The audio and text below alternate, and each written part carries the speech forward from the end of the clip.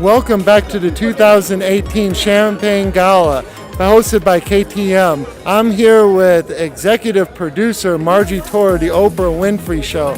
Now, let me tell you something. I need to wear sunglasses because I'm just so starstruck tonight. Oh, it's fantastic. I love these things because everybody is always hiding, writing, producing, and doing their thing. But we're out, we're together, and listen, we've got a great show, Phase 5. It's Friends meets the Millennials. It's Friends Part 2, and these 5 kids they knock it out of the park, unscripted every time. I'm very proud.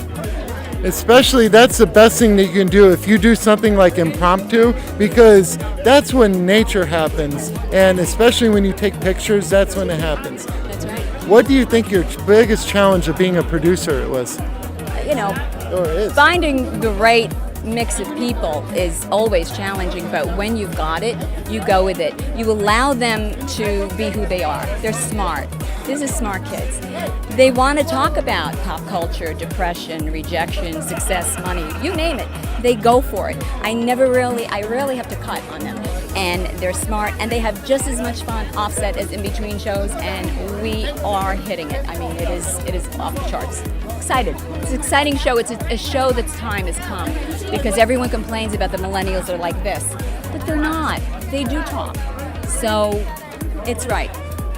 It's fantastic because a lot of people are just misguided that the millennials just do social media and then they don't get out and are extroverted too much. So hopefully that this can bring the light of hoping to bring them better, Well, that's what it is. It's just understanding that I had to take a year and study them. I had to understand their minds and their mystery. There isn't. It's just that they grew up like this. And believe me, when we go on set, they put their phone here.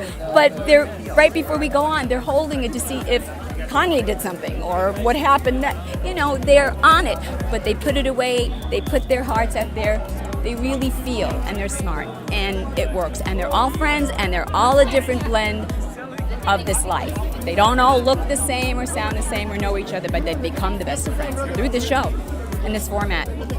Well, what we do is we're Hollywood in Action, where we bring Hollywood to your neck of the woods. And what we want to do is help bridge the gap between the people who don't have the confidence or believe that they don't belong here. So would you mind giving advice to our audience just to say you can do it, and just take a look at you and look at what you accomplished, because I know nothing in life is ever easy. It's not easy. If it's easy, anybody could do it, right? At 66, I picked myself up out of retirement and came here because I was worried about these kids. And that's how the idea grew, from a little bit of worry and a little bit of concern.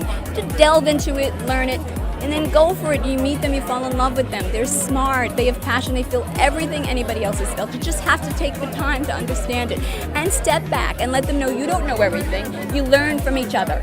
We learn from them, and they learn from us. Do you mind if I ask one more question? Because I have a Chinese audience. The Chinese have been more active in investing in Hollywood and producing movies. What do you think about that? Because you're bringing in the Chinese culture, which produces different movies than Hollywood does. What do you think of Hollywood bridging the gap on the Pacific Ocean? I think it's fantastic. I think the world should be one. I always have. And that isn't unusual in this town, but now I'm seeing it more than ever, and I'm very happy about it. There's a place for thrillers, there's a place for Marvel, there's a place for comic, but there's a place for what you feel in your heart, and that's why, I'm a nonfiction writer, and I do things in that genre, so I think the investment in the movies, and there's a place for all of it, and everyone, and Chinese, be it, Europe, wherever, needs to all come together. Everyone feels pain, grief, hurt, love, heartbreak. We need to talk about it. That's it. That's what it's about.